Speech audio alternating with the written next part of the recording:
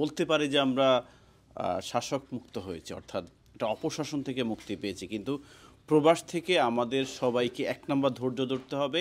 এখনও আমাদের জব ডান হয়নি।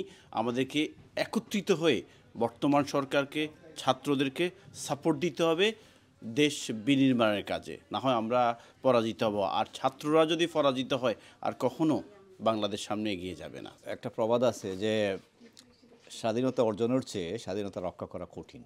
আসলে আমরা অগাস্টে জুলাইয়ে আমরা দ্বিতীয় স্বাধীনতা পেয়েছি, কিন্তু সেই স্বাধীনতা ধরে রাখা আসলেই কঠিন, কারণ নানামুখী ষড়যন্ত্র শুরু হয়েছে। আমরা দেখছি প্রতিদিনই বিভিন্ন ধরনের কর্মসূচি, রাস্তায় পড়ে যাওয়া, বিভিন্ন দাবি নিয়ে হাজির হওয়া।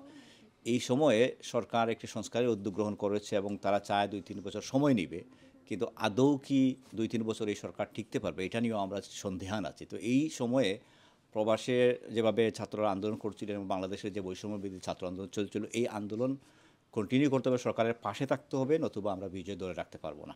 বৈষম্য বিরোধী আন্দোলনের প্রধান যে আমাদের অপোজিশন ছিল, যে ফ্যাসিস্ট সরকার, এই ফ্যাসিস্ট সরকারকে আমাদের মুক্ত করতে আমরা অনেক প্রবাস থেকে আমরা আন্দোলন করেছি, দেশ থেকে অনেকে ত্যাগ স্বীকার করেছেন। কিন্তু আমাদের তারা ফ্যাসিস্ট সরকার দীর্ঘদিন ক্ষমতায় থাকে যে সম্পদ লুট করেছে, এই সম্পদ লুটের জন্য আমাদের প্রবাস থেকেও আমাদের অনেক সহায়তা করা আছে। আমরা প্রবাসের মাধ্যমে, বিভিন্ন সরকারের মাধ্যমে আমরা চাপ প্রয়োগ করে তাদের 300 এমপি গত 15 বছর যে অর্জন করেছে তাদের জন্য সরকার জব্দ করা হয়, এবং আওয়ামী নেতাদের, সারা দেশের জেলা আওয়ামী লীগের নেতা, উপজেলা আওয়ামী লীগ নেতা, তাদের সম্পদ যেন বাজেয়াপ্ত করা হয়। প্রবাস থেকে আমরা সে দাবি করতেছি। আমাদের বৈষম্য বিরোধী প্রবাসী আন্দোলনে বাংলাদেশে যে ছাত্র ভাইরা আন্দোলন সম্পৃক্ত ছিল তাদেরকে সহায়তা করার জন্য প্রবাস থেকে আমরা অনেকেই নানাভাবে, শিক্ষার্থী এবং প্রফেশনালদের মধ্যে অনেকেই সহায়তা করেছেন।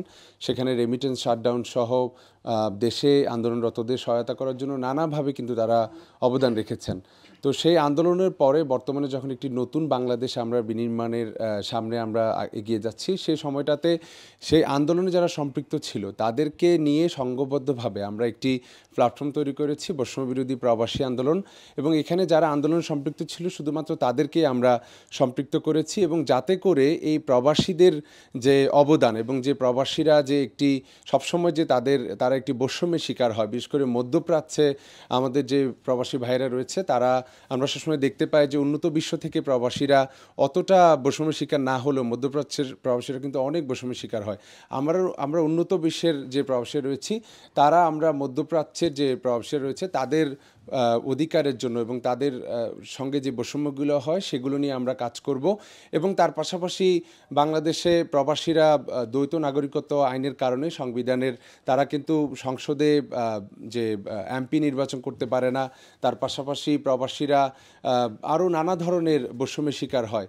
তারপরে দূতাবাসগুলোতে দেখা যায় যে রাজনৈতিক একটি আধিপত্য থাকে।